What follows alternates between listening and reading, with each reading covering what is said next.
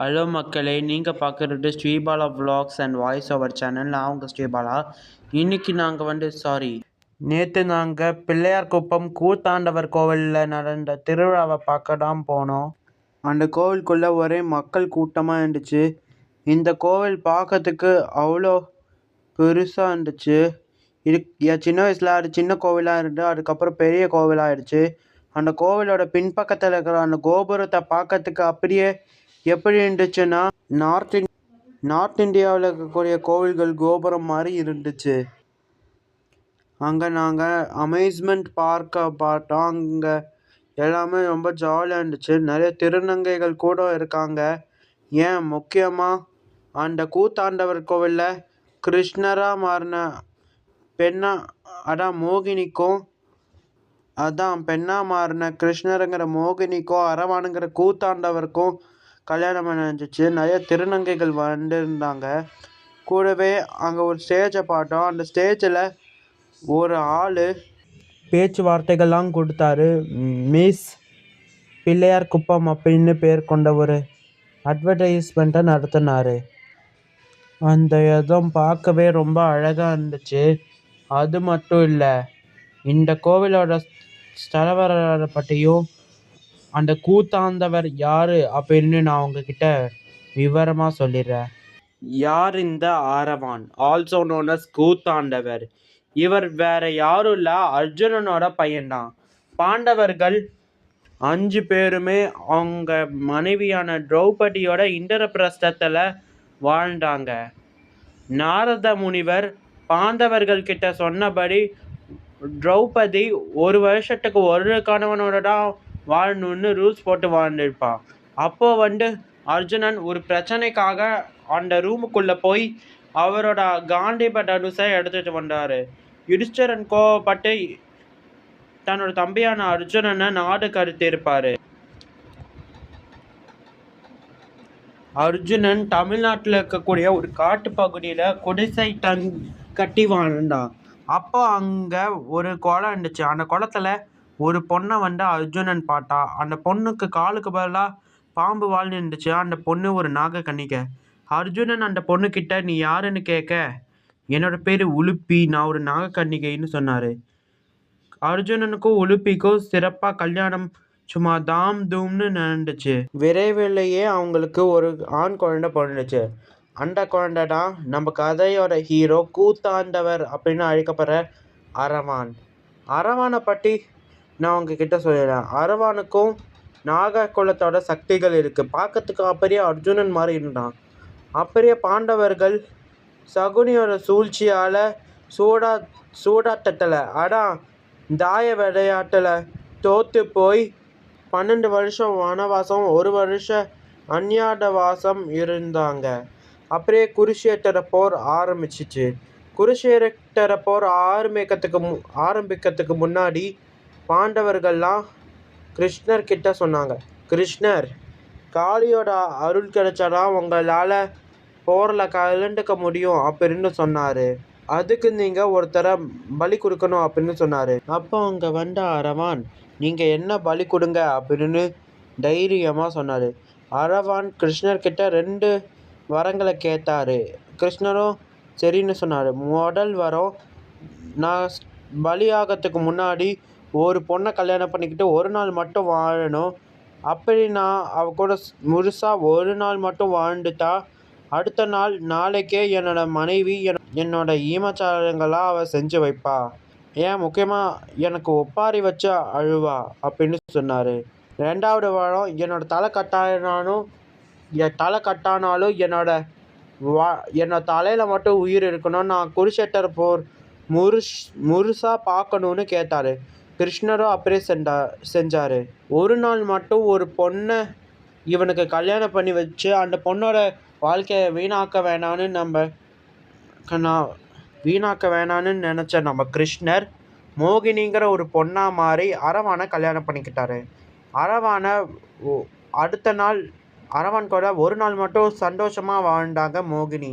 நாளைக்கு காலையில், அடுத்த நாள் அரவானை பலி கொடுத்துட்டாங்க. அதை பார்த்த மோகினி தன்னோட தாலியை அழுத்து ஒப்பாரி வச்சு அழுதாங்க. அரவானுக்கு ஈமச்சடங்கு செஞ்சாங்க. அடுத்த நாள் கிருஷ்ணர் தன்னோட சுயரூபத்துக்கு வந்து அர்ஜுனனுக்கு பார்த்த சாரதியாக இருப்பார். அர்ஜுனுக்கு தேரோட்டியாக இருந்தார். அதுக்கு முன்னாடி இந்த மோகினி அவதாரத்தை பற்றி சொல்லலாம். மகாவிஷ்ணுவோட 24 அவதாரங்களே ஒரே ஒரு பெண் அவதாரம் மோகினி மட்டும்தான். ஏன் அப்படி சொல்லனா, மகாவிஷ்ணு 4 வாட்டி மோகினி அவதாரம் எடுத்துக்காரு. ஒன்று, தேவர்களும் அசுரர்களும் பார்க்கடலை கடையமோடு மலையிலேருந்து வந்த அமிர்தத்தை தேவர்கள் அசுரர்கள் சண்டை போட்டாங்க. அந்த சண்டையை தேய்த்து வைக்கதான் மகாவிஷ்ணு மோகினி அவதாரம் எடுத்து அசுரர்களை மயக்கி தேவர்களுக்கு மட்டும் அமிர்தம் கொடுத்தாரு. அப்போ ஸ்வர்பானுன்னு பேர் கொண்ட ஒரு அசுரன் அதை பற்றி தெரிஞ்சுக்கிட்டு தன்னை ஒரு தேவனாக மாற்றிக்கிட்டு சூரிய பகவான் சந்திர பகவானுக்கு நடுவில் உட்காந்து அமிர்தத்தை குடித்தான். அதை தெரிஞ்சுக்கிட்ட சூரிய பகவானும் சந்திர பகவானும் மோகினி கிட்ட ஸ்வர்பானுவை காட்டி கொடுத்தாங்க. கோவப்பட்ட மகாவிஷ்ணு தன்னோட சுதர்சன சக்கரத்தால் ஸ்வர்பானுவோட தலையை வெட்டிட்டாரு. ஆனால் அவன் ஏற்கனவே அமிர்தத்தை குடிச்சதுனால அவன் செத்து போகலை. பிரம்மதேவர் அவனோட தலைக்கு பாம்பு உடம்பை பொருத்தி ராகுன்னும் அவனோட உடம்புக்கு பாம்பு தலையை பொருத்தி கேதுன்னு பேர் வச்சார். அந்த சம்பவத்தால் தான் நவகிரகங்களையே இரட்டை கிரகங்கள், நிழல் கிரகங்கள், அப்புறம் பாதி பாம்பாவும் பாதி மனுஷ உருவத்திலேயே தோற்றமளிக்கக்கூடிய ராகு கேது உருவானாங்க. இன்னொன்று, பஸ்மாசுரன் ஒரு அசுரன் சிவபெருமானை நோக்கி தவம் புரிஞ்சு நான் யாரோட தலையில் கை வச்சாலும் அவங்க எரிஞ்சு செத்துருவாங்கன்னு ஒரு வாழ்த்தை வாங்கினான்.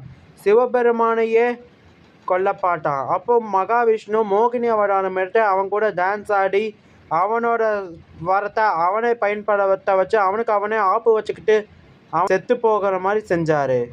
சிவபெருமானும் மோகினியான மகாவிஷ்ணுவும் கல்யாணம் பண்ணிக்கிட்டாங்க. அவங்க 2 பேர்த்துக்குமே ஒரு ஆண் குழந்தை பிறந்துச்சு.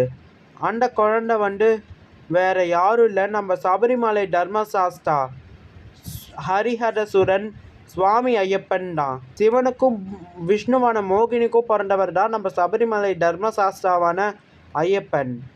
4வதா மகாவிஷ்ணு கிருஷ்ண அவதாரத்தில் இருந்தார். கிருஷ்ணர் விஷ்ணுவோட அவதாரங்கிறனால அவர் மோகினிங்கிற பெண்ணாக மாறி அரவானை கல்யாணம் பண்ணிக்கிட்டு ஒரு நாள் மட்டும் வாழ்ந்தார். இவ்வளோ பெரிய தியாகத்தை பண்ண அரவானை பற்றி நம்ம யாருக்கும் தெரியாது. அவர் தான் நம்ம தமிழ் கடவுள் கூத்தாண்டவர். ஆனால் இப்போலாம் நம்ம அரவானின்னு சொல்கிற திருநங்கைகள் எல்லாருமே விழுப்புரம் மாவட்டம் கூவாகம்ங்கிற ஊரில் நம்ம அரவானுக்கு கோவில் கட்டி சாமியாக கும்பிட்டு வர்றாங்க. ஒவ்வொரு வருஷத்துக்கும் ஒரு தடவை சித்திரை மாதம் பௌர்ணமி திதி அன்னைக்கு மே மாதத்துலேருந்து ஏப்ரல் மாதம் வரைக்கும், ஏப்ரல்லேருந்து மே மாதம் வரைக்கும் பண்டிகையை கொண்டாடுவாங்க. கூவாகம் கிராமத்தில் கூவாகம் அப்படின்னு ஒரு போட்டி நடந்துச்சு. அந்த போட்டியில் திருநங்கைகள் மட்டும்தான் கலந்துருப்பாங்க. திருநங்கைகளும் உலகத்திலேருந்து எல்லா மூலைகள்லேருந்து வந்த திருநங்கைகள் எல்லாருமே சேர்ந்து அரவானை தங்களோட கணவனாக ஏற்றுக்கிட்டு தங்களை கிருஷ்ணரோட அம்சம், நாங்கள் அரவானோட பசங்க பொண்ணுங்கன்னு நினச்சி வாழ்கிறாங்க. நேற்று நாங்கள் பிள்ளையார்குப்பம் கூத்தாண்டவர் கோவிலில் நாங்கள் அந்த திருநங்கைகளை பார்த்தோம். திருநங்கைகளோட உருவத்தை பார்க்கும்போது அவங்க எல்லாரையும் நமக்கு ரொம்ப பிடிக்காதவங்களாக இருக்கலாம், ஆனால் அவங்க ரொம்ப நல்லவங்க. 2 பாலினமான ஆண்கள் பெண்களுக்கு எந்த வேலைகள் வேணாலும் அவங்க செய்யலாம். ஆனால் திருநங்கைகளுக்கு எந்த வேலையும் கொடுக்காம அவங்களோட உருவத்தை பார்த்து அவங்கள வெறுத்து ஒதுக்கிறது ரொம்பவும் தப்பான செயல். அதை யாரும் பண்ணாதீங்க. திருநங்கைகள் ஒரு நாள் மட்டும் அரவானை கல்யாணம் பண்ணிக்கிட்டு வாழ்ந்து அடுத்த நாளே அரவானை பலி கொடுத்ததுக்கப்புறம் அரவானை தங்கள் கணவன் அரவான் செத்துத்தான்னு நினச்சி ஒப்பாரி வச்சு அழுவாங்க. இதனால் உலகம் எந்த தீமையும் இல்லாமல் சந்தோஷமாக நல்லா இயங்கிக்கிட்டு இருக்கு. ஓகே ஃப்ரெண்ட்ஸ், இந்த வீடியோ பிடிச்சிருக்குன்னு நான் நம்புகிறேன். இந்த வீடியோ பிடிச்சிருந்தா லைக், ஷேர், கமெண்ட் பண்ணுங்கள். மறக்காமல் நம்ம Sribala vlogs and voice over சேனலுக்கு சப்ஸ்கிரைப் பண்ணுங்கள். கூடவே பக்கத்தில் இருக்கிற பெல் ஐக்கானையும் கிளிக் பண்ணுங்கள். அப்போ தான் நாங்கள் அப்லோட் பண்ணுற வீடியோஸ் உங்களுக்கு உடனுக்குடன் நோட்டிஃபிகேஷனாக சேரும். நன்றி, வணக்கம். இந்த வீடியோவை நீங்கள் முழுசாக பார்த்து முடிச்சுட்டு இந்த கீழே நான் உங்களுக்கு கொடுத்துருக்கிற இந்த கமெண்ட் பாக்ஸில் ஓம் கூத்தாண்டவரே போற்றி